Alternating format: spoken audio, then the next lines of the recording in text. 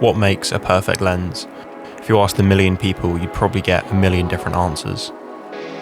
Some want sharpness, some want character, some want compact, some want huge zoom ranges, some want primes, some will tell you that it depends. So many contradictory ideas. So let's change the question. What makes a technically perfect lens?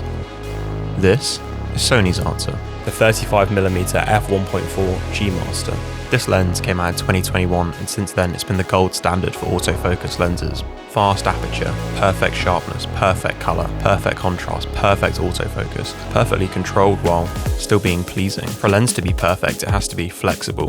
Now, no lens can shoot literally everything. We have to settle on the lens that can do the most jobs and can do them excellently. As a focal length, 35mm is the perfect all-rounder. It works for street photography, landscapes, portraits, product photos. It allows you to shoot your subjects while still keeping the context of the world that they're in. It's wide enough that you can use it for establishing shots, but it's not so wide that it just distorts your subject. 35mm just has a look. It forces you to shoot in a certain way, and to me, that's what makes it perfect. When you're shooting portraits, you have to get closer to your subject, and it makes the photos and videos a lot more intimate because you're physically in their space. The mix of 35mm and f1.4 creates a really unique look. You shoot wide, but you don't lose subject separation. It almost feels medium format. I've used lenses with technically shallower depths of field like 85mm primes, but for actual subject separation, this combination is the king. You can actually see the background to feel the separation. Out of all lens characteristics, out of focus elements are the hardest to fake or change in post, and in that department this lens excels. Out of focus areas are so smooth. The bokeh has a slight swell to it instead of being uniform across the frame, which I love as it draws your attention to the subject in the middle. F1.4 also makes this great for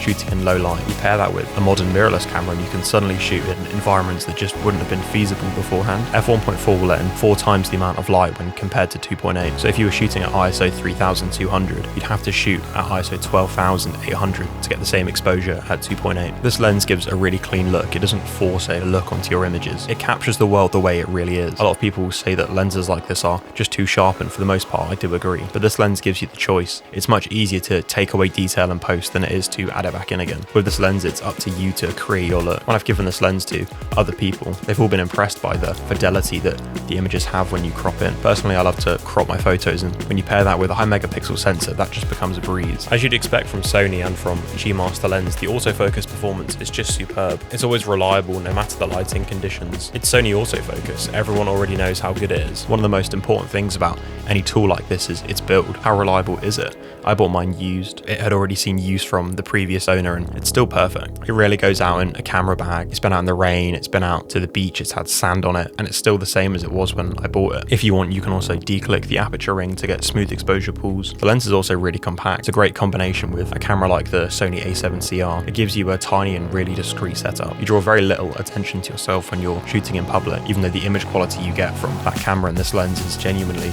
as good as it gets. I used to have an a7 IV with a 24-70, and anytime I took that setup out, all it did was just draw attention to itself. So it's been extremely refreshing to have this smaller combination. Now, as I said earlier, no lens is perfect, so what don't I like about this lens? Honestly, the list is very small, but here are a few things I think Sony could do if they were to make a Mark II of this lens. I think it'd be great if there was an aperture lock switch, so you could just set the aperture on the lens and not have to worry about it accidentally getting knocked or changing without you noticing. As there's been a few times mid-shoot where I've accidentally knocked it and not noticed until a few shots later. This lens does have some very well documented focus breathing problems. These can be fully corrected for in camera using Sony's focus breathing compensation. However, it just would be nice if this was something that they could remove without the need for software correction. Another con is the price, and this is not somewhere that I can see Sony making any compromises. We live in a world where third-party manufacturers are just getting better and better and their lenses are getting cheaper and cheaper. You're able to buy lenses that give you very similar performance to this, but for a fraction of the price. While there are still things that set Sony apart, it's getting harder and harder to justify spending G Master level money on a lens like this when the competition is just so similar. One huge advantage to buying a G Master is they have a great second-hand market. As I already said, I bought mine second-hand, and I'd be very confident that if I went to sell this today, I could sell it for almost the same amount of money that I bought it for, because these G Master lenses hold their value just so well, especially when you compare them to third-party manufacturers.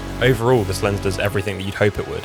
It's technically and optically excellent. The lens just gets out of your way and allows you to just focus on creating without having to worry about the limitations of the tool. Your mind can be entirely on the story and the scene and what it is that you're shooting, because you know that this lens will just never let you down. And this lens is so reliable that if one of your images comes out subpar, it's almost impossible for you to blame the tool.